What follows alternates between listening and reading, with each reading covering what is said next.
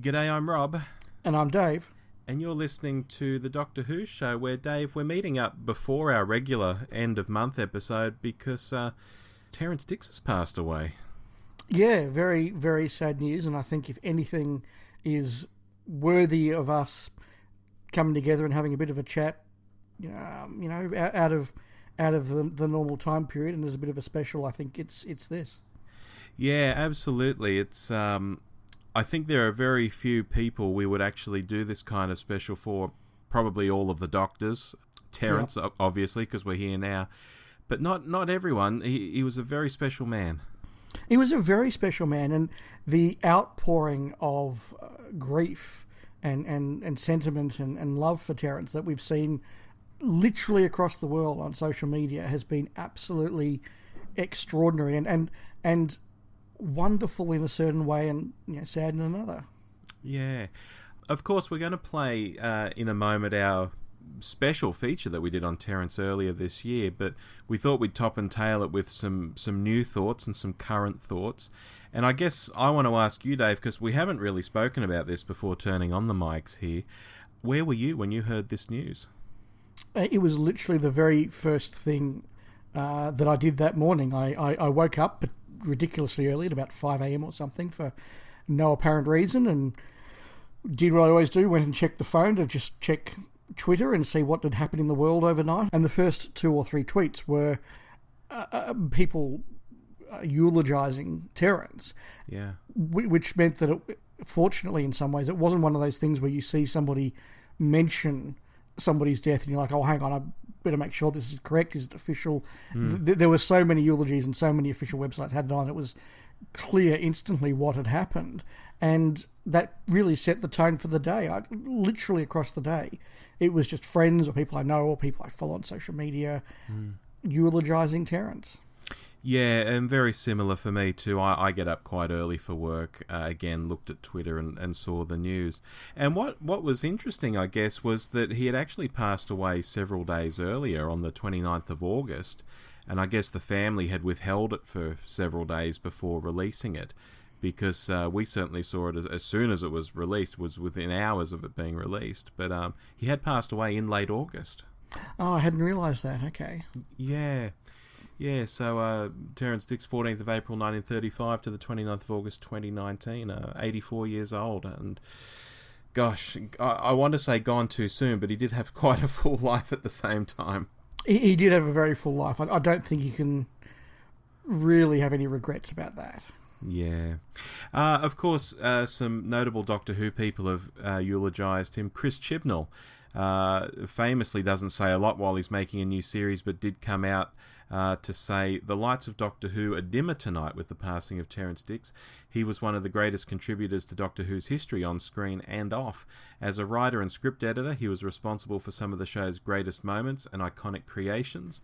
As the most prolific and brilliant adapter of Doctor Who stories into target novels, he was responsible for a range of books that taught a generation of children, myself included, how pleasurable and accessible and thrilling reading could be. Doctor Who was lucky to have his talents. He will always be a legend of the show. Everyone working on Doctor Who sends his family and friends our love and condolences at this difficult time. Very sound words. Absolutely. And I've got a couple more here that I just picked out at random, and I think they show quite a spread of emotions. So next we have Neil Gaiman. He says, I remember reading his and Malcolm Hulke's book, The Making of Doctor Who, when I was 11 or 12, and deciding that I would one day write an episode of Doctor Who because they had shown me how. Rest in peace, Terrance Dicks. Wow, that's quite an influence. Yeah, that's got to be a good one for you too, Dave. I think you like that Making of Doctor Who book as well. Yeah, absolutely, yes. A couple more. The author, Jenny Coughlin, she writes as J.T. Coughlin, said, like many children's authors, he was wildly undervalued despite being a key ingredient in a lifelong love of reading, particularly among boys. He received almost no official recognition whatsoever. He claimed to be no stylist, but his short chapters, clear sentences, and ability to get to the point extremely quickly influenced a generation of writers. When I met him as a new Doctor Who novelist, he looked at me and asked sternly if I was planning to sex up Doctor Who, as there were very few female Doctor Who writers then.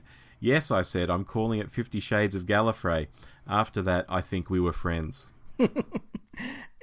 That's a funny little story, but it's a very true point that he certainly didn't get the recognition he deserved.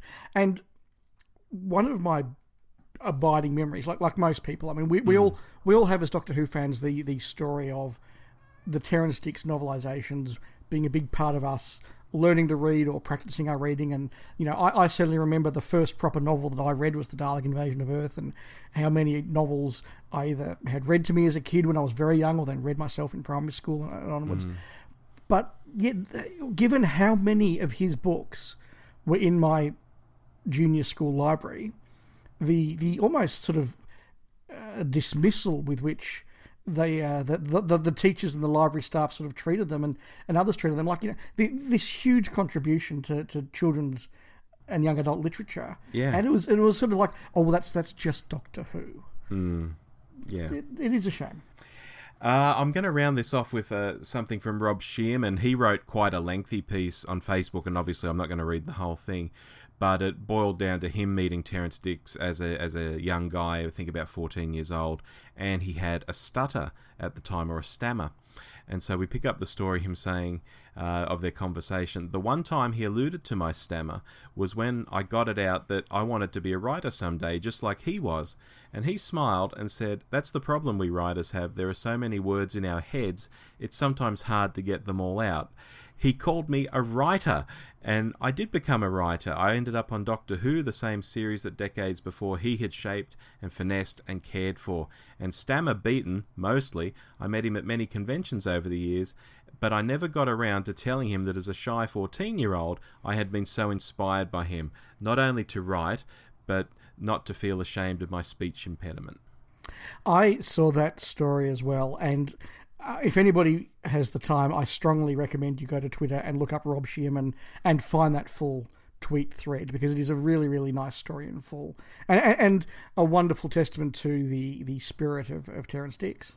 Oh, without doubt. It's just such a lovely thing to read. So, you know, throughout these, you know, brief eulogies I've read out, we see so many sides to him. The being kind to the young boy, getting stern with Jenny Coughlin and demanding if she was going to sex up Doctor Who. You know, the books he wrote, like The Making of Doctor Who, which have been a bible to so many people, and his influence on the current showrunner of Doctor Who. I mean, it's all there in just these 4 little pieces I've read. Look, it really is, and I was sort of thinking on the drive home tonight as I was collecting my thoughts for this, and knowing that this would, you know, be attached to the special we did, and I don't want to repeat it, but we just sort of have to really make the point of just how much of the legend of Doctor Who Terrance Dicks really was responsible for. I mean, on his watch, they created the 3rd Doctor, the 4th Doctor, most of the Unit family, the Master. Yeah. He introduced to the show Robert Holmes, Malcolm Hulke, Don Horton, Bob Baker and Dave Martin. You know, just so many things that really made Doctor Who as great as it was, and cemented it from being just a nice little 60s TV show that maybe ran for 4 or 5 years to really being an institution. That really did happen on Terrance's watch. Not alone. He had Barry Letts and he had Philip Hinchcliffe taking over and all that, but you know, at the time when Doctor Who really became the institution that it was, and in that real golden period, the Letts Hinchcliffe era, Dicks was there either script editing or writing, no doubt advising on the casting. His influence was phenomenal, as was his ability to write for any Doctor in any period. He was as comfortable writing for Patrick Troughton in the War Games in 1969 as he was writing for Paul McGann in a novel, or Sylvester McCoy in a 90s novel, or whatever the case may be. He was able to do it all. Yeah, absolutely correct. He was there at such an important time in the show's history, and, you know, maybe a lesser person there might have dropped the ball. Who knows? And, yeah, absolutely. And there was a comment earlier about, you know, he was always very self-deprecating about his writing ability, but how many people have uttered at some point in their lives as Doctor Who fans the phrase, well, I first read the Target novel and that was amazing. Mm-hmm. We very rarely include in that sentence, we first read the Target novel by Terrance Dicks, but most of them were, and we all remember them as being amazing, wonderful stories that created images in the mind, and he was a very talented writer. Yeah. Oh, without doubt, that ability to write those wonderful short sentences, the descriptions, it's almost Hemingway-esque. That's how Ernest Hemingway used to write, just very short and to the point. It's almost a journalistic style. And, I'm not saying he writes exactly like Hemingway, but there are elements of that there. And that's a really genius sort of writing style if you can pull it off. Yeah, absolutely. Now, Dave, you're talking earlier about, just the volume of stuff he wrote, and I think there's at least 60, maybe even 70 Target novels out there with his name on them, and I dare say I've read them all. I can't think of any other author where I've read 60-plus novels by them. I can't think of many authors I know who have written 60-plus novels. No. One comes to mind, maybe Bernard Cornwell. He wrote the Sharp series and some other stuff, so maybe there's 20 Sharp books and maybe a dozen others. That's still only half of Terrance's output, and after Bernard Cornwell, I can't think of anyone. Terry Pratchett maybe, but I haven't read most of the Discworld novels. So it's like Terrance Dicks first, Daylight second when it comes to novelizations. Yeah, look, maybe somebody who did a few of those pulp romance novels. I mean, like a Barbara Cartland maybe would come close, but yeah, there'd be very, very few. Yeah, that's right. So look, a final point I just had, Rob, and I do talk about this more in the special, but they always say in life, don't meet your heroes. Mm-hmm. And I can certainly think of a few people from the world of Doctor Who that maybe it would be better if I hadn't met them. But, Terrance Dicks was certainly not one of those. And I am phenomenally glad, now that he's gone, that I did have the chance to meet him just for a few short minutes when I got an autograph and after watching his wonderful panel presentation at the convention down here. But very, very glad, because he was a genuinely fun, nice, warm guy to meet, and so I really am very glad that I had the chance to meet someone who has been a big part of my childhood, and let's face it, our adulthood as well. Oh, absolutely. And that story does pop up on the special, so listeners, you're in for a bit of a treat when that comes up.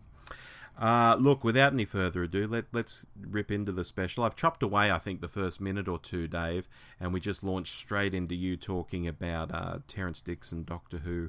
And let's come back after the special and close out with a few words, eh? Absolutely. Let's go.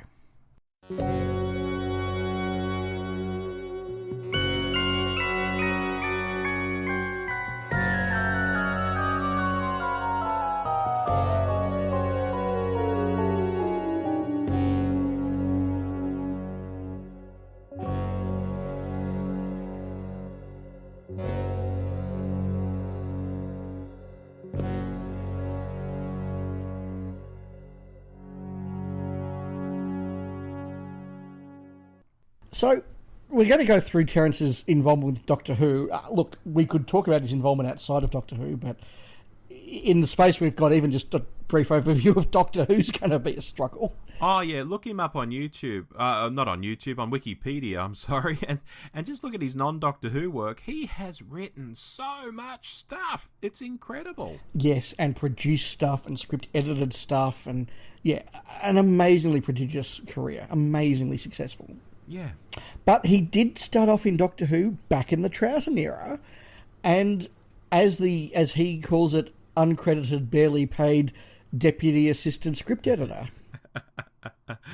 These are the pictures you see in Doctor Who reference books where he's there. He looks like a young Paul McCartney to me, Dave. He's got the moustache, the Sgt. Pepper's moustache, and a bowl-cut haircut, and he's quite young and fit. He looks like one of the Beatles in these pictures. Yeah, he's very much of his time, often smoking the pipe. Yep. And yeah, just this writer who'd been involved with script writing, particularly on soaps, doing advertising work, but then he finds himself in the Doctor Who office. Now, I'm going to reference a few times in this chat, Rob, the time when I saw Terrance Dicks and met him and saw him interviewed at a convention out here. Oh, brilliant. And one of the things that he said when asked about his time in that office was he said just how dysfunctional he actually found this office, and how unprofessional he found this office. He was as a young, inspired, up-and-coming, wanting to make his mark writer, and he sort of found all the old guard of the BBC going to lunch at 12 o'clock at the pub and sort of not coming back till 4, and really sort of seeing Doctor Who as a bit of a tired series in some ways. until he starts to form that relationship with Derek Sherwin and get more involved. But of course, famously, this is the time when Terrance discovered Robert Holmes. Yes. Now, it's just interesting to talk of it as a tired old series, because I guess at this point, it's 6 years old or so. It's doing its 6th series, yeah. Yeah, and they'd be looking at that and comparing it to other shows, I guess, that were out there and thinking, God, this has been dragging on a bit. Yeah, I'm not going to make my career here. Let's just get it turned, turn the thing out and let's go to lunch sort of thing, yeah. Yeah. But it was that time where you had Bryant and Lloyd and Sherwin and Dicks all sort of shuffling chairs and literally different producer script editor combinations on almost every season, almost every story of that season. I mean, it is a tumultuous time in the Doctor Who office. Oh, yeah, people think the start of the Davo era is interesting, with Bidmead in and Root and then Saywood. but this is much more beyond that, the way it chops and changes. Yeah, and Terrance really does make his mark in that environment, because he is the up-and-coming, up-and-thrusting writer. He discovers Robert Holmes and works up the Crotons as an emergency story, and then suddenly the prisoner in space embarrassment falls apart, and so they're making a story that he's basically commissioned and discovered. He has a large job effectively rewriting large parts of the Seeds of Death, and that works really well. And then suddenly they're turning to him and saying, we need 10 episodes to finish the series, we've got nothing. Terrance, here's a pen and a piece of paper, come back with a story. and famously, he sits down with his old mentor, Mac Hulk, and puts together a cracking 10-episode story of the War Games. Yeah. God, I mean, what a daunting task. Although, conversely, his novelisation of it is wafer thin. How does that work? That is true, but yeah, just to be told, you can have one location filming shot, you can have a couple of sets, a limited number of actors, it needs to be done by tomorrow, we need to turn out episode 1 in a week, and by the way, you need to write out Patrick Troughton and Fraser Hines and Wendy Padbury at the end of it. And we don't know who the new Doctor is, so could he leave it on a cliffhanger for us?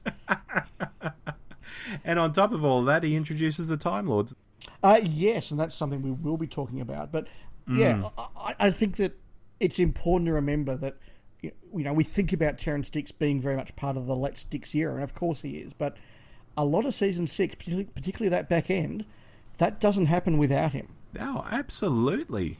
As you say, it's an era where people do forget he was involved. I think just because his later work overshadows it. But it can't be understated what he did here, particularly the War Games. My God. Yeah, and look, Seeds of Death is one that I'm really fond of as well, and he pulled that together, and yeah, really important. But off the back of that, of course, he does become the script editor for Doctor Who for what we now know as the Pertwee era. Wasn't TV good in those days? You could just show up and bang out some stories, and within a year or two, you were the script editor for a series. Just wonderful. Well, and maybe, again, it just shows where the BBC was at, because rather than saying, okay, this is our flagship show and we need to go get our best talent to work on it, they're like, that young guy over there, he's keen, isn't he? Do you want to be the script editor, Terrance? Cool, you're hired. There really is that feeling. And famously, season 7 could have been the last series. Yeah. But, that sort of vibe is continuing, I think, when Andrew Cartmel takes over. It's like, oh, you're a young up-and-coming guy. Do you want to have a go? Sure, yeah. Why not? Yeah, no, it's really effective. Yeah. And it's really, really positive. But what I want to talk about in this little bit here is, famously, I mean, Terrance is a wonderful raconteur. He's been interviewed on many DVDs and in many articles. He loves chatting about his time, and as does Barry Letts. But he consistently says, when he's asked about the Pertwee era, he says, well, we started off with the show that Derek Sherwin wanted to make, and Derek had a lot of very strong ideas, all of them bad. I love the way he talks. Yeah, he's such a wonderful storyteller, and he's clearly exaggerating for humorous effect. Yes. But Terrance was not a fan of let's exile the Doctor to Earth. He was not a fan of let's introduce Unit. Although he respected and liked Carol and John, he was not a fan of the Liz Shaw character. Yet, he turns out 4 fantastically good stories anyway. Well, that's the mark of a professional, isn't it? It is, and one of the things that I think is really interesting with a script editor is looking at the team of writers that they put together. Cartmel, I think the biggest thing and the best thing he ever did for Doctor Who was his ability to take a very empty cupboard and find Stephen Wyatt, Rona Munro, Ben Aronovich, Ian Briggs, Yeah. wonderful writers, and bring them together and actually create a way, in a way that someone like Eric Saywood I don't think ever really achieved. You don't look at the writers that Eric Saywood brought into Doctor Who and go, wow, what a collection. No, not at all. Whereas Terrance, I mean, the first thing he does is he gets Robert Holmes back, and that's a brilliant decision. He gets Mac Hulk back regularly, brilliant decision. He brings Don Horton in to write for the series. He gets David Whittaker back. Like if you're going to write, if you've got 4 slots to fill in the season, Holmes, Hulk, Whittaker, and Horton, that's a pretty good lineup. It's hard to top. Yeah, and then he brings the Bristol boys in as regular contributors to Doctor Who. And look, I agree with some fans that their output is a bit variable, but they're very, very solid writers. He brings in a number of people, but he gets this reliable thing. Every year you're going to have a script by Robert Holmes, and it'll be great. Yeah. Every year you'll have a script by Malcolm Hulke about giant lizards, and it'll be great. You get a couple of Don Hortons in there. That it's just this wonderful. Robert Sloman is brought into it, and he works with Barry Letts. Yeah, Terrance Dicks really creates this wonderful cast of writers that really sets the show up. And do you think Dave creates a very stable era, particularly after an era where he said, it was a bit of a shambles? Oh, without doubt. I mean, he's the script editor for 5 years. Letts is the producer for 5 years. They clearly, up until Letts' death, were still the best of friends. And they clearly got on really well with John Pertwee. They got on with Katie Manning when she was cast. They really seem to have enjoyed doing this. But, yeah, stable behind the camera, stable in front of the camera. And it shows because the Pertwee era starts well, but it grows as an era. It just gets better and better. And there's so much good in it, and Pertwee evolves into the role, and the unit family grows up around them, and this reliable television in a way that, look, I love the 60s, but reliable is not a word you'd use about that era of Doctor Who. No, not at all. But yes, as I said, you then see Terrance Dicks going, okay, well, Derek Sherwin's laid down this track, I'm going to be professional, make the best of it, but then I'm going to start to turn it around to make the series that he and Barry Letts want to make. So Liz Shaw is out, Joe Grant is in, and they basically create the Doctor companion team that we still think of as being the definitive template of Doctor Who. Oh, without doubt. Yeah. We think about now the show as being the Doctor who travels with a young lady assistant, and that's sort of the template. It's broken from time to time, and they throw different things in there. But even when the new series is brought back, it's Christopher Eccleston and Billy Piper. It's Matt Smith and Karen Gillan. They're the combinations that you think about, and that's what we think about the series being. They really set that back up. They move it away from Earth. So in season 8 you have one series where the TARDIS leaves Earth, and then in series 9 you have a couple, and then in series 10 he gets his dematerialization circuit back, and they go off and have adventures again. Which is quite a change from all of the 60s having 2 or 3 companions at any one time.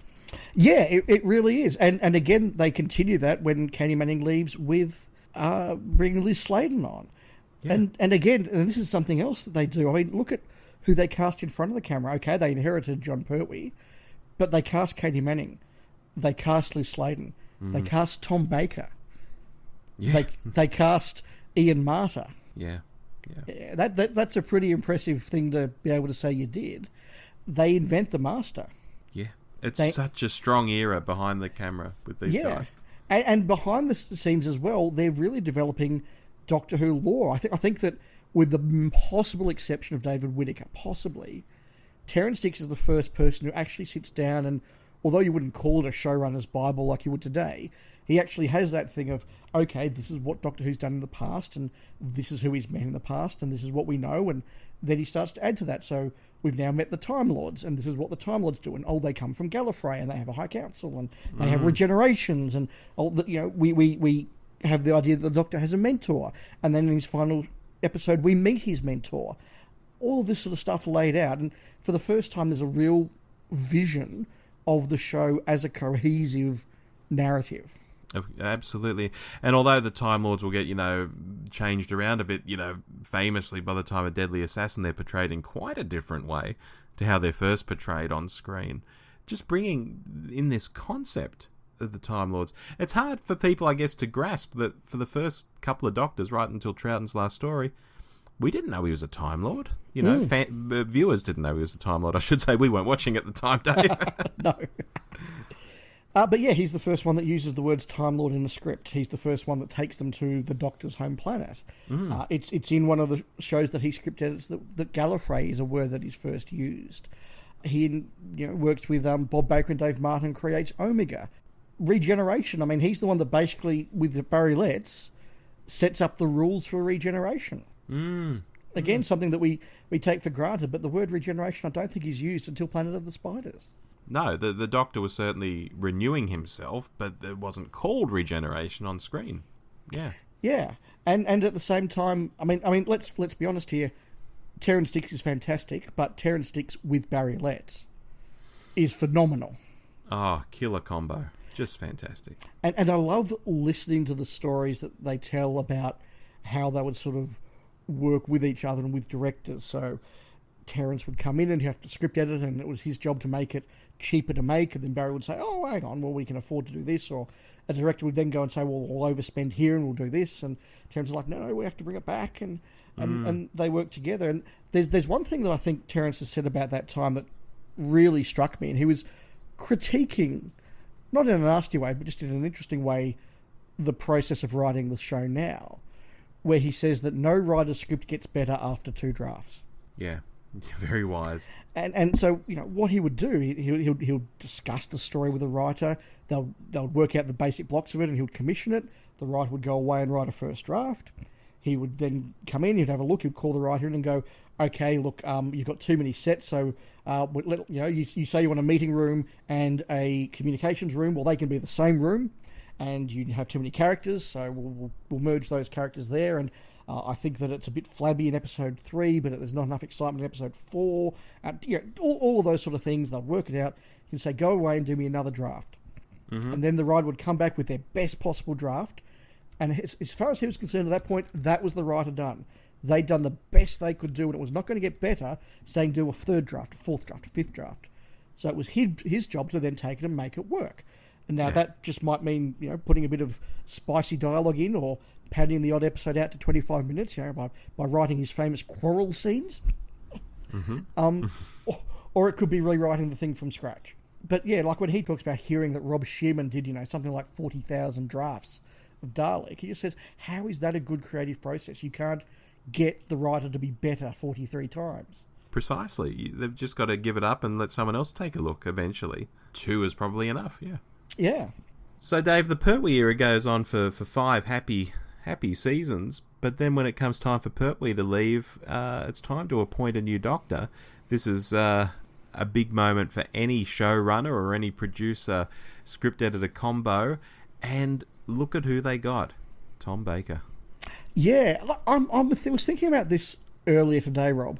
Is there a better handover between both the on and off-screen teams than there was from the Pertwee, Letts, Dicks era to the Baker, Hinchcliffe, Holmes era? I can't think of one. No. I really can't. Because I'm just running through them in my head, and I'm thinking they were either, there was a bit of acrimony going on, or there was just no one there. Like in the case of Eric Saywood having walked out, and Cartmel comes in to a locked desk, and when he finally opens it up, there's an old wine glass, a broken wine glass, I think, in the drawer with some dried up red wine in it. And yeah, I can't think of one at all that was better than this. This was fantastic, actually, this handover. So many stories of producers or script editors coming in and just going, the cupboard was literally bare.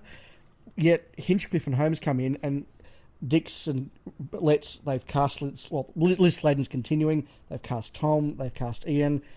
Terrance has written the first story for them.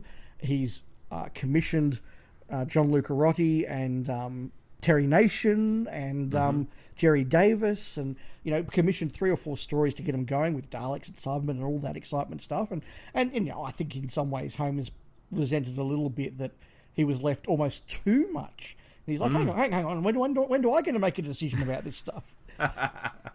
But that whole Tom Baker era, like season 12, is shaped by Terrance Dicks.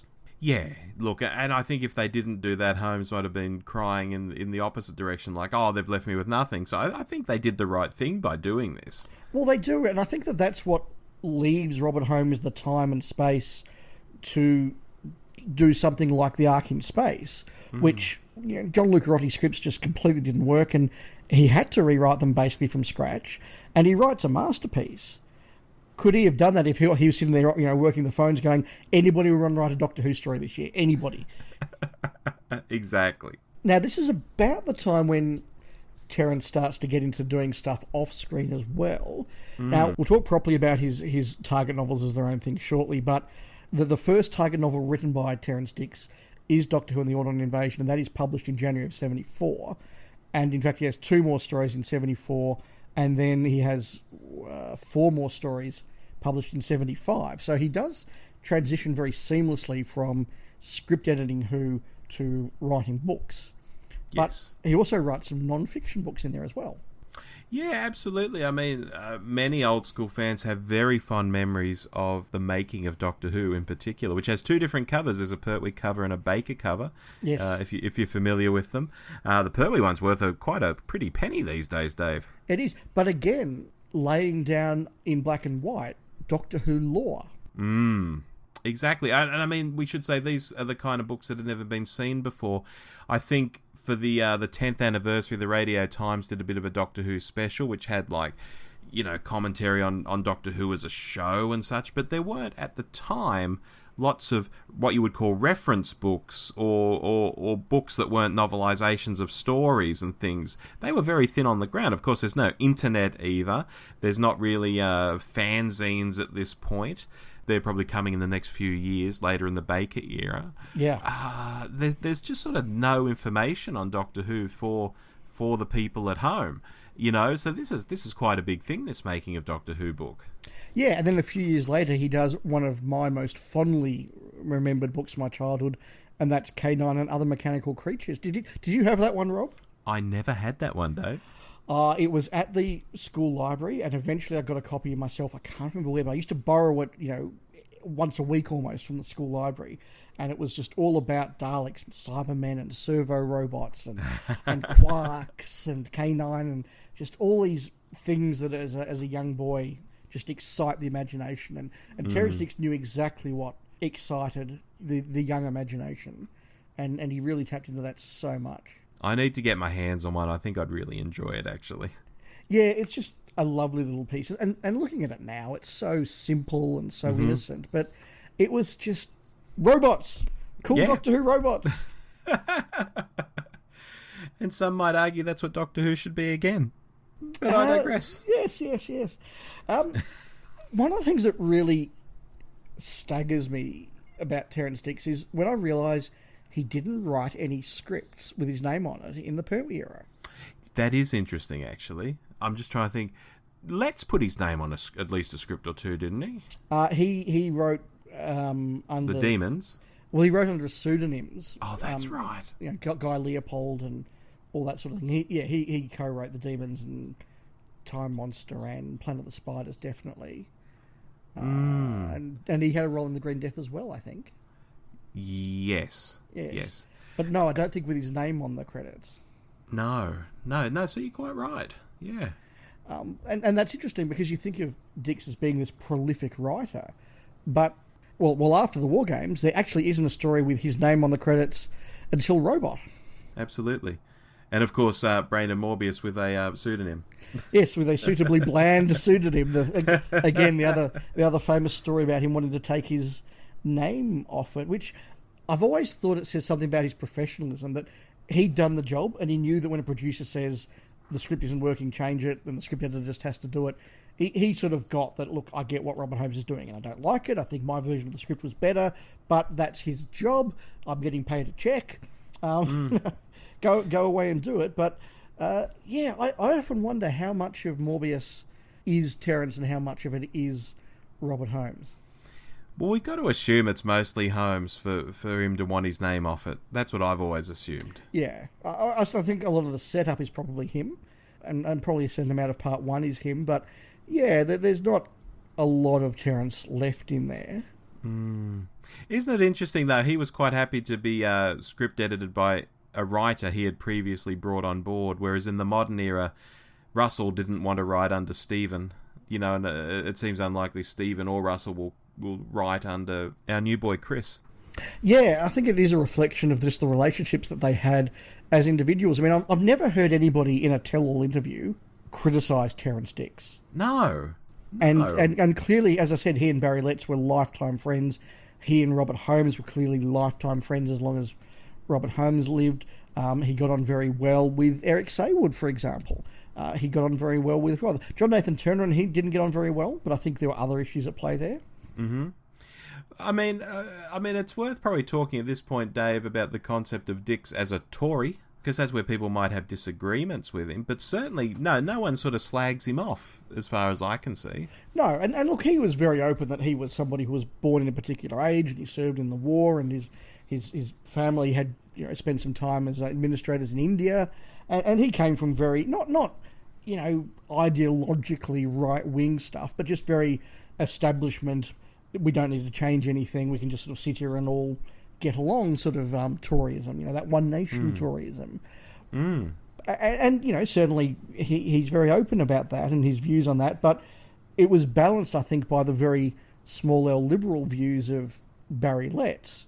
Yes. And the two of them sort of worked together very, very well. And even then, though, Terrance knew which way the wind was blowing, and he'd say, okay, well, the audience wants stronger female characters. That's cool. I'll write some stronger female characters. I'll go and invent Sarah Jane Smith, who's a plucky journalist who knows all about feminism and women's lib. But look, he doesn't always get it right. Yeah. but he's not sitting there going, I'm just going to write, I'm just going to write more women who can be peril monkeys. And as he says, their job is to be chained to the train tracks by the villain. He says, okay, we need stronger women. I'll go out there and I'll give you stronger women.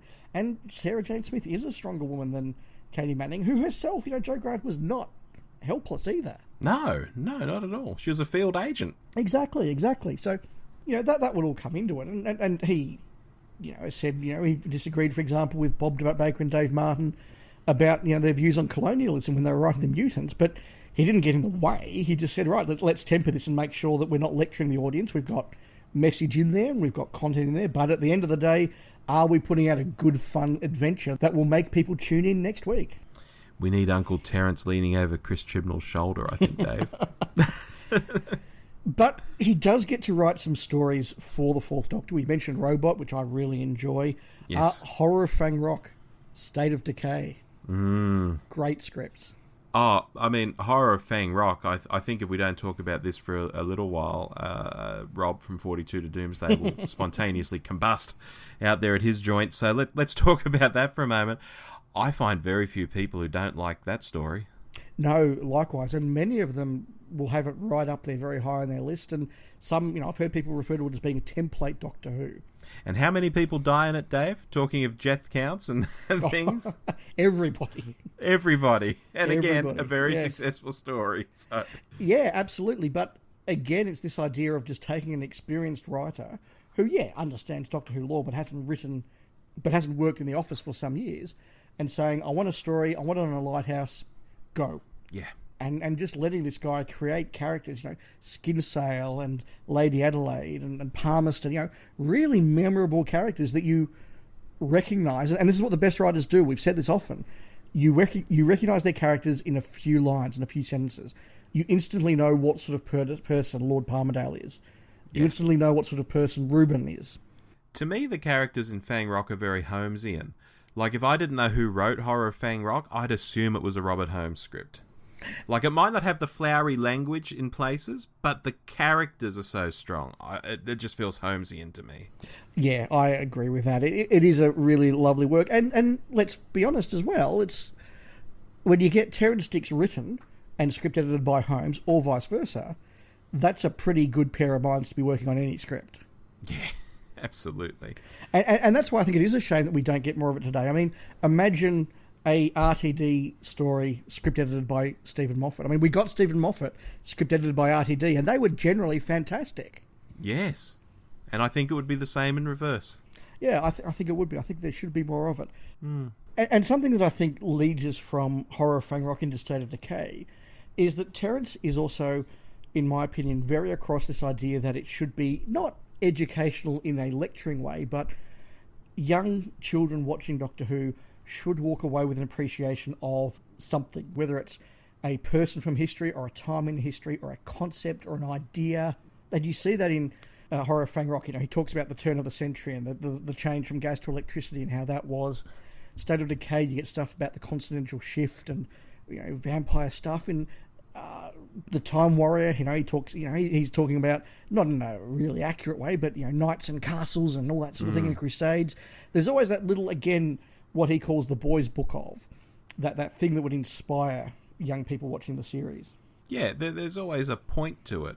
And, I don't want to belabour the most recent series of Doctor Who too much, but you look at some of those stories, you think, well, what was the actual point of that story? What did I learn? Some of them you learned quite a bit. Some of them were wonderful, but others, I'm not so sure. And the first group, I think we both said, were the most successful. Yeah. Yeah, are you a fan of State of Decay, Rob? I don't mind it. I've never been hugely into it, which is interesting, because I do like vampires, I do like darker stories, I like the gothic stuff. It has a lot of ingredients that should appeal to me. I like the stories of the Time Lords fighting the great vampires and all that. It's not quite a classic for me, though, and I've never been able to put my finger on it. Maybe we should look at it in detail one day. Maybe I should rewatch it or something, and we can talk about it. But well, when the Series 18 Blu-ray comes out. Could be a perfect time. Yeah. One other script for the CV show he did write, Rob, that we have to mention. Yes, please. Well, do you want to take us through this, because it is your Doctor? It is my Doctor. It is the 20th anniversary special, The Five Doctors. Oh, Dave, this is... I've said this before. This is putting on an old pair of slippers and just enjoying Doctor Who. I mean, when people think of Day of the Doctor and how that celebrated the 50th anniversary, yes, absolutely, wonderful story, but this is different. This is a simpler story. It's just a beautiful thing. And I don't know if it's because of the age I watched it at. I was a contemporary of the episode. I was a young child at the time I saw it and such. But, I could watch Five Doctors every day of the week and not get bored of it, Dave. I really could. Look, I'm absolutely the same. And again, part of it is because it was such a big part of my childhood. But part of it is, as you said, it just works so well. It is so lovely. And Terrance gets all of the characters right. There's no moment where you think, that Doctor wasn't like this. And okay, some of them are a little bit caricatured because they need to be quickly in the story and they need to sell what they do, and the companions all get a little bit to do and they all get to bond. And all the little references, the Liz Shaw moment, the Captain Yates moment, the stuff with Jamie and Zoe is really good. And it's the little lines he puts in, just that casual John Pertwee, well, I've reversed the polarity of the neutron flow so the TARDIS will be free of the force field, or that lovely moment where the Master's about to threaten the Doctor and the Brigadier's taps on the shoulder. Nice to see you again, wallop. It's just great. It is, and I'm so glad that he got to write that. It is such a celebration. And we should say he only got to write it because Robert Holmes couldn't. Yes. Which is very interesting. We've just been praising them both, and aren't they brilliant? Robert Holmes really struggled with it, and Terrance had to step in. Yeah, and I think that as much as I love Robert Holmes, I think that was for the better. This is absolutely something that Terrance Dicks was built for. Yeah, I think the way Holmes writes, he might have tried to push the boat out a bit too far and it just might have fallen into a screaming heap, whereas Terrance plays it a bit lighter and it just works better. Yeah, absolutely. I think Robert Holmes was really going for a story in its own right that happened to have 5 Doctors in it, or in his case 6, and Terrance Dicks just said, okay, I'm just going to have fun. Let's see the first Doctor, Susan, and a Dalek. Let's see Pertwee being menaced by some Cybermen. Let's put in a Rastron Warrior robot. Let's have a Yeti for 2 minutes because, hey, let's just have a Yeti. That's what makes it really fun. Yeah. It's just brilliant. The whole concept of the death zone on Gallifrey, just being able to bring all these bonkers things together in the same space. Genius. Yep. And a script that is written with such just light-hearted joy. Yeah, fantastic. And that ends with that moment. I still get a lump in my throat when I watch Dave. I just turn around and do the whole, when Tegan's doing the whole. So you're just going to go on the run from your own people in a rackety old TARDIS? Why not? After all, that's how it all started. Yeah, and then the music. Yeah, it is so good. Yes. Okay. I might need a cigarette after that, Dave. Well, if we're talking nostalgia, let's keep going, because we need to talk Target books. In fact, we need to talk, if you count junior editions, we need to talk 65 Target books. Yes, and look, we mentioned him writing these starting off in the mid-70s, and pretty soon he started to basically manage the range. I think, though, this was an unofficial sort of thing. He wasn't the official manager, but he just sort of fell into doing it. Am I remembering that correctly? Yeah, very, very much so. He calls himself the uncredited unofficial manager, in that the company would say, okay, we've got the rights to these. And he would say, okay, well, look, I know the writer of that one, so I'll ring him and say, hey, do you want to novelise The Abominable Snowman? No, cool, I'll do it. Or, hey, hey, Don Horton, do you want to go and novelise one of your stories? Or, hey, Mac Hulk, do you want to do the Silurians for us? Absolutely, here you go. Somebody else doesn't? Cool, I'll do it. So a lot of the ones he does are the Robert Holmes stories, because obviously, famously, Robert Holmes only wrote one and a bit Target novels. His first work is The Auton Invasion in 1974. He then does Day of the Daleks and The Abominable Snowman. 3 very good books. He then kicks on. He does 4 more in 75. The first of them being one of his own, Giant Robot, but he's then into Pertwee stories that he script edited, so 3 Doctors, Planet of Spiders, Terror of the Autons. And it's then that he starts to really churn them all out. He does a heap in 76. He starts to really get to novelising a lot of the Pertwees and the Tom Bakers in 77. Not so much in 78, 79. I think he had other work there. In 1980, he writes 10 books, or at least has 10 books published in 1980. And I think when people talk about the Terrance just churning them out books, that's the era we're talking about. And in there you've got stuff like The Invasion of Time, most of the Key to Time series, Horns of Nimon, and look, famously, Destiny of the Daleks, which a friend of mine once described as a book you could finish on a trip to the gents. Very true. Yep. And look, we should say this isn't Terrance's fault. I mean, the publisher wants these out. The original writers don't want to do it. Terrance knows the format and knows he can bang it out better than anyone else, so he just does it. Yeah, they're not bad books. And when you actually go back and read them, often they do have lots of just tiny things in there that you didn't realise. People remember the prologue and the epilogue of Pyramids of Mars, for example, and they're really good. There's a prologue I had forgotten in Horns of Nimon. Is there really? Yeah, there's this 3-page prologue where it talks about Skonos and the Civil War's ended and all that's left is the military and a few scientists, and then this strange ship lands and Soldeed sort of found as this lab technician going, oh, you go in there and check it out, and he comes out with the staff and says, I've spoken with the Nimon, and it all sort of goes from there. Like little things like that. I read Invisible Enemy a year ago, and in that, just in the opening chapters, there's all this stuff about how the new Earth Empire works and how it was expanding, and it was expected if you were going to be a space astronaut, you had to do 3 months at a station on Titan just to, because that's part of your job. Just little details. These are not bad books. They're light and they're quick. Yeah. But there's still love in them. Yeah. Oh, of course. He is a professional. He just had to churn them out quickly. Yeah, and something like An Unearthly Child. I mean, that's the only book he turns out in 1981, and that's a really good book. And then he starts to do, Inferno's 84. That's a really good book. Oh, look, that's one of the ones I remember borrowing from the library, and the cover so evocative. Yeah. With the guy transformed there in his white lab coat, and oh gosh, yeah. Yeah, and as we sort of get past about 1983, 84, they get better and better. Warriors of the Deep, a really good book. Caves of Androzani. Mind of Evil, really good. Time Monster, for a story that's a bit up and down, a great novelisation.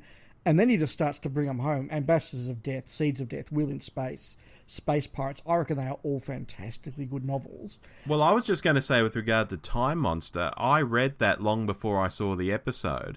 And I'd heard people say, oh, that's a terrible story. My only experience of it was the novel. I was thinking, what are you talking about? That's a cracking story. That's an amazing story.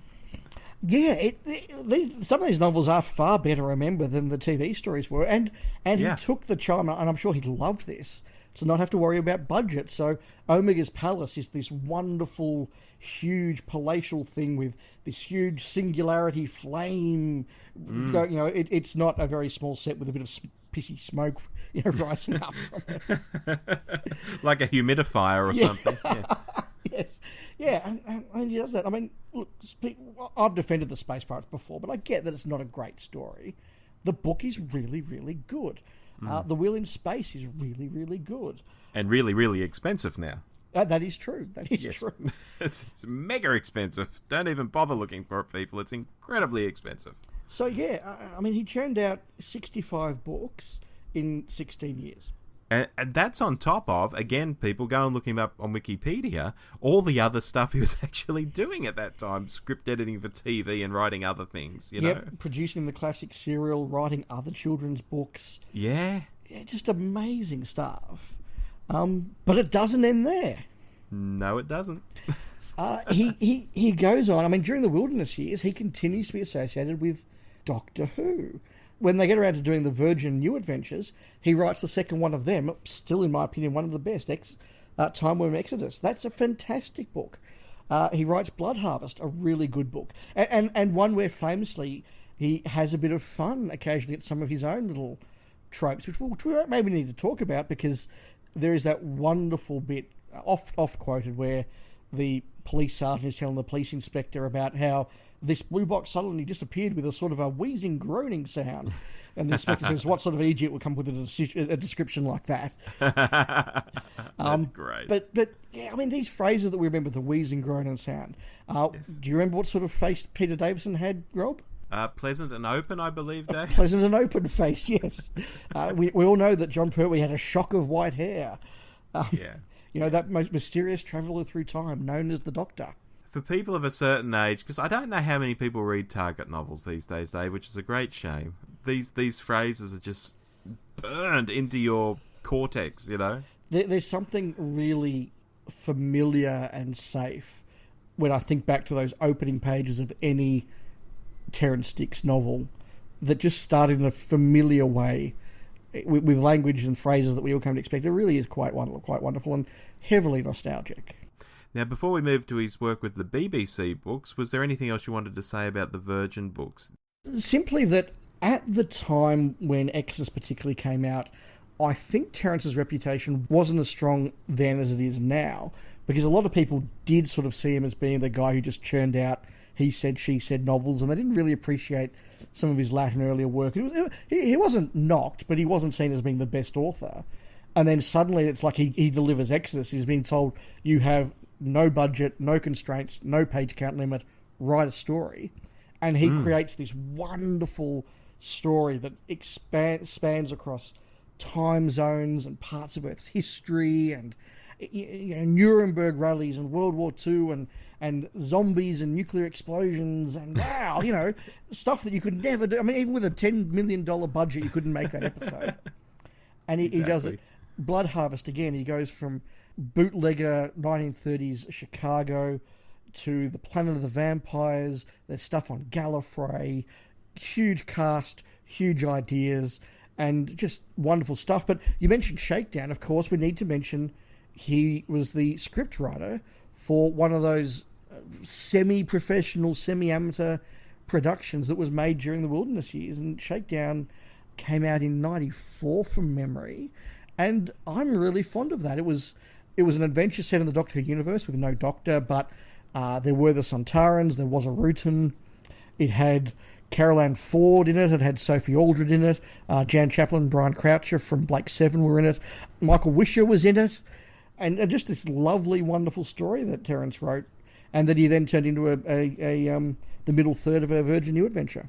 Oh, great stuff. But it doesn't stop there. It doesn't stop there, Dave. No, he moves on to the BBC books, where he writes far more than for the Virgin books, because the BBC books were the 8th Doctor adventures rather than the adventures of the 7th Doctor. Plus, they also did what are called past Doctor adventures, which I guess in the Virgin range were the missing adventures. Yes. Under the past Doctor adventures, Dicks did 5 in total. He did Catastrophia, Players, Warmonger, Deadly Reunion, which was a team-up with Barry Letts on that novel, and World Game. And for the 8th Doctor range, what you would call the main range, he did its first novel, The 8 Doctors, and another one called Endgame, which used characters from the past Doctor adventure Players. So he was even tying together these new adversaries he created in players and tying them into later stories in the Eighth Doctor range, and still doing really creative stuff. The Eight Doctors, though, I'll concentrate on, because that gets kicked around a lot. It is very basic, but to me, if you filmed this, it would be akin to the Five Doctors, because it's the Eighth Doctor sort of zipping through, falling into adventures from the previous 7 Doctors, and, interacting with himself, and it's just wonderful. It's hokey, but that's... Five Doctors is hokey, but it's fun and it's comfortable. I find the Eight Doctors novel very fun and comfortable too, but it's not a great story. There's a difference. Yeah, I think it's really worth noting that when they came to launch this book range in 1999, I think the Eight Doctors comes out, certainly 88, 89, that period, they get a guy who started his work on the show in 1969, who's for a time was just known as that guy that does 124 pages of he said, she said, and churns them out, and now they're going, who do we get to launch our entire range? That guy. We're getting Terrance Dicks. Yeah, well, why not? Yeah, and I agree. I remember reading The Eight Doctors and thinking, okay, it's a little bit, as you say, it's a little bit hokey, but it was a fun adventure, and I kind of enjoyed the nostalgia, and he was kind of getting us all up to date and getting everybody on the same page. And then I realised that everybody else hated it, and I was like, really? That's like kicking a puppy. Yeah, it's like the other authors looked at it and thought, yeah, okay, we're just going to do our own thing from here. And that was a shame. Yeah, look, it has its place, it did its job, and I think it was very deliberate to have that light, easy, accessible Eight Doctors, and then they had Kate Orman and John Blum do the Vampire one. Was it Vampire Science, I think it's called? Yeah, Vampire Science, which is a great book. Yeah, which is a great book. But they're very, one's very trad and one's very rad, and that gives you a very good introduction to the range. Yeah, it's chalk and cheese stuff, really, but hey, that's what makes Doctor Who interesting sometimes. Yeah, that's right. But he doesn't finish there. No, Dave. What does he do next? He novelises the Sarah Jane Adventures opener, The Invasion of the Bane. Mm-hmm. He writes 2 of the new series quick read novellas for, I think it's for the Matt Smith Doctor. So again, this is somebody who has written in one way or another for the 2nd, 3rd, 4th, 5th, 7th, 8th, and 11th Doctors at least. Yeah, the ones you're thinking of there are Made of Steel, which was 2007, and Revenge of the Jadoon in 2008. And doesn't that blow your mind? Terrance Dicks is writing about the Jadoon. Yeah. They seem like eras that are so separate, like nothing links those 2 eras, where Dicks was writing and the Jadoon. But no, he's written a novel about the Jadoon. Well, a quick read novel at least. Yeah, and it's interesting that he has done that, because I wanted to mention quickly the reaction he and Barry Letts had to the telly movie in '96, where they famously... Now, it's not quite clear whether they sort of, walked out halfway through in protest or, the moment the credits started, they were like, we're out of here, that was terrible. But they certainly walked out very unhappy with what was done in that. There was a sort of a view that, they'd had their day and they didn't want to modernise. But no, when given the chance to work on something they do enjoy, Terrance is very happy to go and work on new era stuff. Which brings me to the personal, because I have met Terrance. He came to a convention a few years ago now in Australia, and it was kind of wonderful to see him. And he was everything you would expect. There was a lovely moment. I was sitting in the audience, and the panel was on before me, and then they sort of changed over, and they had this format where Gary Russell was going to interview Terrance Dicks, and Gary was on stage, and the con manager was sort of starting to get everything done. And before that, Terrance Dicks had just quietly come into the auditorium and sat a couple rows behind me, and he was just sitting there. And one of the minders, just a little sort of 20-year-old minder, the people, the volunteers you get at these conventions, went up to him while this was all happening and said, Mr. Dicks, you can go on the stage now. And Terrance turned to him and said, I will go up when I am announced. There is no rush. What a gentleman. Yeah, I just thought this is it. This is the guy we've all come to see. And he told his old stories and he told his anecdotes. He talked about working in the Troughton era, and he talked about working with different people. He talked about how he watched the new series when he could. He liked a lot of it. He didn't like some of it. There was a bit where he said, I hear they've just turned the master into a woman. Oh, I don't like that. And Gary Russell said, oh, come on, Terrance, don't you think in this day of age, why shouldn't the master be a woman? And Terrance said, there's no reason, I just don't like it. I think we all have relatives like Terrance. I think we do. But he did get the question, as they always do, what's your favourite story? And rather than equivocating or doing what most people do and say, I love them all, he actually gave us his top 3. Oh, do you remember them? I do. And it was interesting why he picked them. He said, look, I can't give you a favourite, but I can give you 3 that mean a lot to me. Mm. The first is the War Games. He said, for something that he and Malcolm Hulke just churned out in desperation, for it to be so well regarded so many years later, he just said that makes him really proud. Mm-hmm. He said Robot. Yeah. Because when he says when I get to think about the fact that I wrote the first Tom Baker story and created the Fourth Doctor's character and set him all up, and what a wonderful success and popular Doctor he was, he said, I feel really proud that I started that. Oh, bless. And he says the Five Doctors, for all the reasons we talked about. He says he just really enjoyed writing that, and what could have been a mess and what could have been a disaster, he feels, he's really proud that he thinks, was a really lovely story that we regard. So they were his favourites. Oh, that's lovely. You know what we should do in a minute? We should do our own top 3 or top 5 Terrance stories to see how we correspond with that. Oh, good idea. But look, finally I did go up and get an autograph from him, and I've met a lot of Doctor Who actors now. I've met several doctors and a lot of companions and everything, but I've never been more starstruck than standing in front of Terrance Dicks asking him for an autograph. Yeah. And just thinking how much of my childhood and how much of the best parts and the fondest memories of my childhood were written by this man. Yeah. And I was just absolutely in awe of just having Terrance Dicks in front of me. I can just remember when I was again at primary school, and you'd go to the primary school library, and I didn't know how, libraries were laid out or anything, but I went to the D's for Doctor Who, and right. there was just a whole bunch of Doctor Who novels. Now, I now know it's because they were under D for Dicks. Yes. But I just thought, I want Doctor Who, I'll go to the D section, and there were just all these books that I borrowed and read and loved. Oh, it's lovely. Did you take a Target novel, or did you take that copy of Time Frame that you get everyone to sign? I took the Time Frame that I got everyone to sign. So yes. Ah, okay. I was going to say, because it'd be very hard to choose a Target novel to take. Yeah, that was a problem as well. And look, back in the days when conventions, your entry ticket got you 3 free autographs, I would have done the Time Frame and 2 books, but in the age when you've got to pay serious money just for one autograph, it had to be one, sadly. But it's not about the autograph, is it? It's about the moment. Yeah. And that was a really special moment, meeting Terrance Dicks. Did you get to say anything to him? Like, you meant a lot to me? Or I did. I was sort of looking for one of those, words that I could say that sort of, I'm not a really sad loser fan. I've got really intelligent, insightful things to say. And no, and then I just said, look, thank you.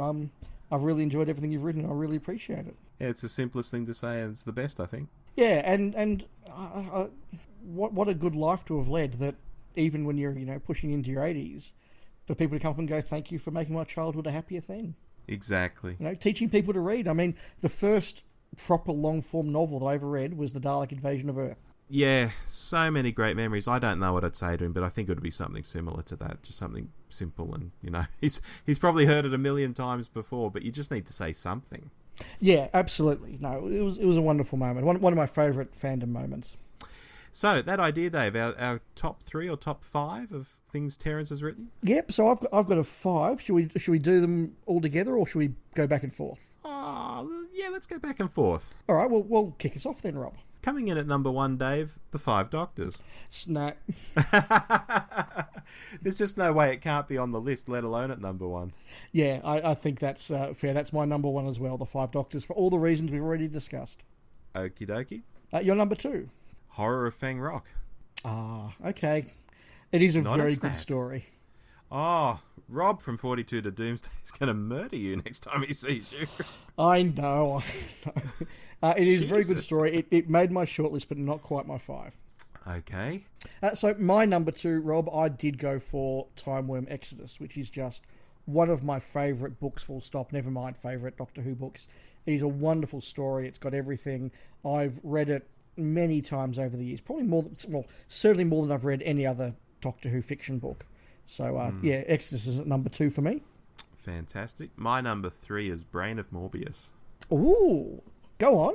just one of the very, very early stories I remember, possibly through BBC Video back in the 80s. And I can't even remember if it was the horribly edited version or not. Who knows?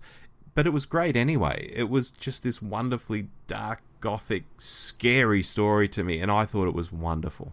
Just wonderful. And I know his name's technically not on it, but you know what I mean. I do. My number 3 is one that I know won't be a snap roll because of what you've said earlier, and that is State of Decay.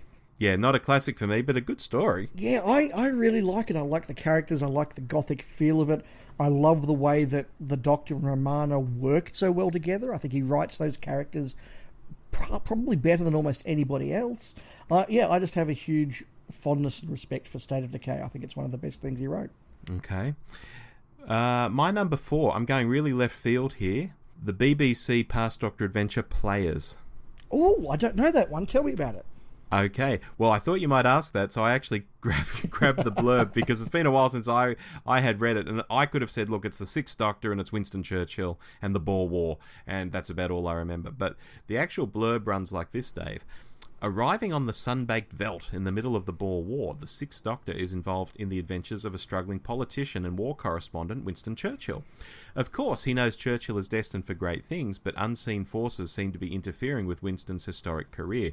The Doctor suspects the hidden hand of the Players, mysterious beings who regard human history as little more than a game. With time running out, can the Doctor find the right moves to defeat them? Interesting. I need to check that one out. And then that's what I was mentioning earlier. The Players do come back in the 8th Doctor story Endgame as well. So he sort of ties them into a later story too. Oh, okay. I hadn't even heard of that one. Oh, thank you for that. No, it's good fun. And I know you like Churchill, so there you go. Yeah. I'm going left field a bit with my number 4 as well. And I'm cheating a little bit because I'm going to have both Shakedown, the telemovie, and the New Adventure. This is, look, Shakedown is not the best work of literature. Certainly the movie isn't. It and the book are just, again, really enjoyable. It's Terrance taking out the Doctor Who toy box and just having a lot of fun with it. Fun with the Sontarans and with the Rutans, with the Galactic Federation. He really gets McCoy's Doctor. Again, he finds that balance between the impish McCoy and the Dark Doctor McCoy and just writes him really, really well. He gets Benny Summerfield really, really well. I just think that's a really fun book. And although the telemovie isn't perfect, and in fact is a little bit trite at times, I just love it to death. Yeah. Coming in at number 5 for me, this sort of bookends with my first pick being the 5 Doctors, and I'm going to throw in the 8th Doctor Adventure, the 8 Doctors, because it does get panned so much, but I'm going to put it on my top 5 list here because it is such fun, and it does bookend nicely with 5 Doctors. It's just Terrance being Terrance. I appreciate when you say, he came along in the Virgin Adventures and wrote things like Exodus, and that's amazing, shows what an author he can be. 8th Doctors is maybe a regression in some people's eyes, but it's a fun regression, and I love it. No, I'm glad you picked that. I think it does deserve more love than it gets. For my number 5 pick, I wanted to go with a Target novel. I had a few options: Invasion of the Daleks, Space Pirates, Ambassadors of Death, but I'm going with his novelisation of The Wheel in Space. Because I remember reading that as a kid and then rereading it as an adult and finding the same thing, but as a kid it was so evocative. He has a slightly longer page count with that one, so he takes the time to talk about the space program, and there's the adventures on the Silver Carrier and the servo robot. He gets the creepiness of the Cybermen really well. He gets the characters really well. He just takes a story that, look, I like, but I get it's not the best Doctor Who story, and it's not the best Cyberman story, but I like it. But he takes an average, okay story and just plays with it in such a fun and effective way. And that's what he does in a lot of his later Doctor Who novels. I mean, the fact that he can make the Space Pirates, which, look, I like it more than other people, but again, I understand it's not a brilliant story. He takes that to a whole new level. When he gets the chance, he really does a lot with these books. And so, yeah, Wheel in Space for me. Lovely. And look, a runner-up for me would have been the Target novel, The Time Monster, for the reasons I mentioned earlier. It just made a story that everyone seems to hate seem wonderful to me. I couldn't figure out what anyone was on about. Yeah, look, it's a really mixed list that we've come out with there, and we've just scraped the surface. It was so hard trying to get that down to 5. But what a wonderful contribution. And look, we've just had so much fun talking about it tonight. Oh, well, it's Uncle Terrance. How are we not going to talk this long? How do you not cover 50 years of involvement in a show?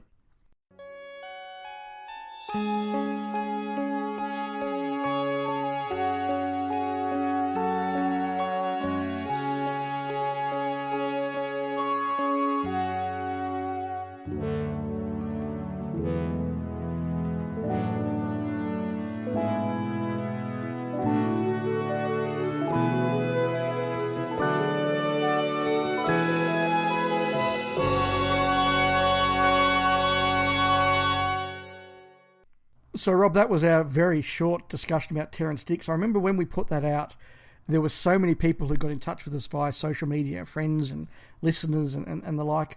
And the one thing was very consistent about, oh, you forgot about this bit, or you could have talked more about this bit, or you could have done this bit. We said, oh, we know there's so much Terrance we could have talked about, and just smashing in what we did in the time was seemed like a lot, but we still feel like, we left out so much. So we're very aware of just how much we left out and how big his contribution was, and the fact that a bit over an hour conversation left out so much, I think just says it all. Oh, without doubt, Terrance could have been the topic of all 12 episodes of the Doctor Who show this year. His early years, his middle years, his later years, his target novels, his non-Doctor Who work, it just goes on and on. Absolutely, yeah. Yeah. And look, for our listeners out there who don't know this, there is one final Terrance Dicks story that is yet to be published. It's a short story, and it's called Save Yourself. And it will be published next month, actually, in BBC Books Doctor Who, The Target Storybook. So I think that's a book a lot of people are really looking forward to. I think they're trying to evoke the sort of Target mould of stories there, and putting out a short story book. But for Terrance to have a story in it at this time of his life, and given what's just happened, I think a lot of people may buy it just for that one story, Dave. I think so. I certainly will be. Absolutely. Anyway, thanks everyone for listening, especially if you've heard the special before. We just thought it'd be a good thing to get it out there and in people's ears again. And if you haven't heard it before, really pleased you've got to hear it. Yep, Terrance Dicks, definitely a life worth celebrating, and we're going to miss him.